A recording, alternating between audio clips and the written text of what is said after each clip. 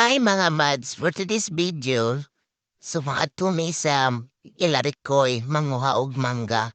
Actually, nahay natagian ni pero nanon ni siya as a Ilarikoy. Pag mayroon gani ka Ilarikoy, so naay si diha ang mga daghang mga mangga.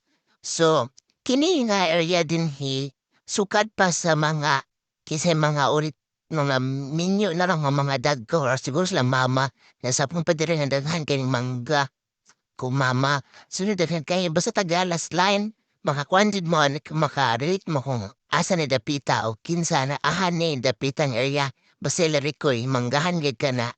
So kana ingani ka pangpang ang agian nimo. Sumupod ni agianan payon pug ka og pulangi. So sa una, ang adto may pulangi pag summer. So, grabe kadag kay kana nga time po wala na pud nay tubig sa amo ang area. So, maglisod na miya nagpukuha og source sa tubig. So, walain namong atuan in terms of maglaba. So, dito jud mi sa Pulangi. So, mga sinako-sako lagi dadon dito. So, atong buntag budala pagkaon mula dibig hapon kanang uga na ang bitbiton po pabalik sa balay. So nga na jud ni ma-imagine nimo kung sa kapampang kalisod adto agian matupulangi so dili pa na mao or na pa ni sa mga 30%. So kana in town tungod sa kadugay na nilakaw naa na disig sa kay motor ang bisod kanang rugsong. Si- So kana nasabot man gud mi ni Brad Daling nga mga adto mi mga megmanggas pasto bisa sa 39 na hitabo. So na-move sa Sunday. Kaya wa man may kauban, wa may mo katkat sa nangingon pa mi, o kinsay ka nang pwede na makauban nga mo katkat. So kana, matunjat ko sa mga silingay, cherry, na lang po ka na mamatag mangga so ni chat man pa siya sa ako nga okay te ulat na sila sa ako so muto nga nangadto mi after lunch labi ka init pud lang nga time so nangadto mi sa ana kauban na nako kabanak sa una dalaga pa ko ano kanang imangan hami karon kauban na nako ko mga anak so imagine nimo unsa ka kuan ang area gabi ka pangpanggid siya.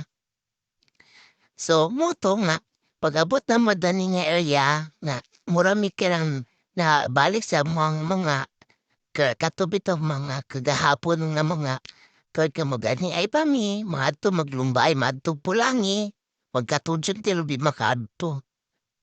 So mo na ni siya abot na mi dinhi sa nga punuan paabot naman diri nanay mga daghang mga kuan nanguha. So naninikat-kat so kami ni igo na lang mi tigkuan tigkaon.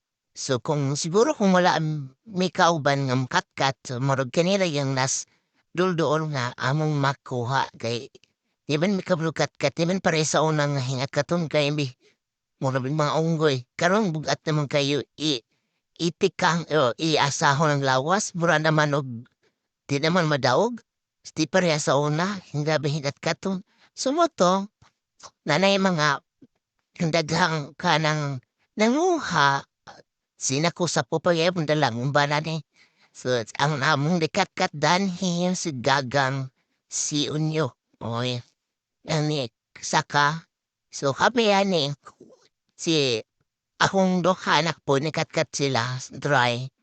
Pero mordinan ako siya palay ate sa kwa experience ang sila kat.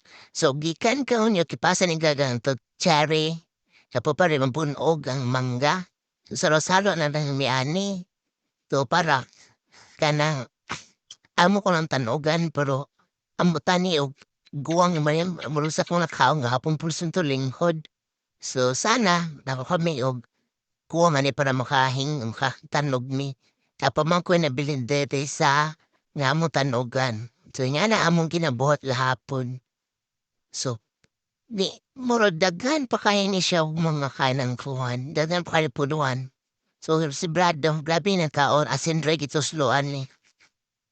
Ay sa kanak na ko dara-dara ra pud siya taman. Mabawra na nilang gikat-katan. At least man na maka-experience sa kat-kat. So, muna na siya ang area na kuaanan. Bye, guys!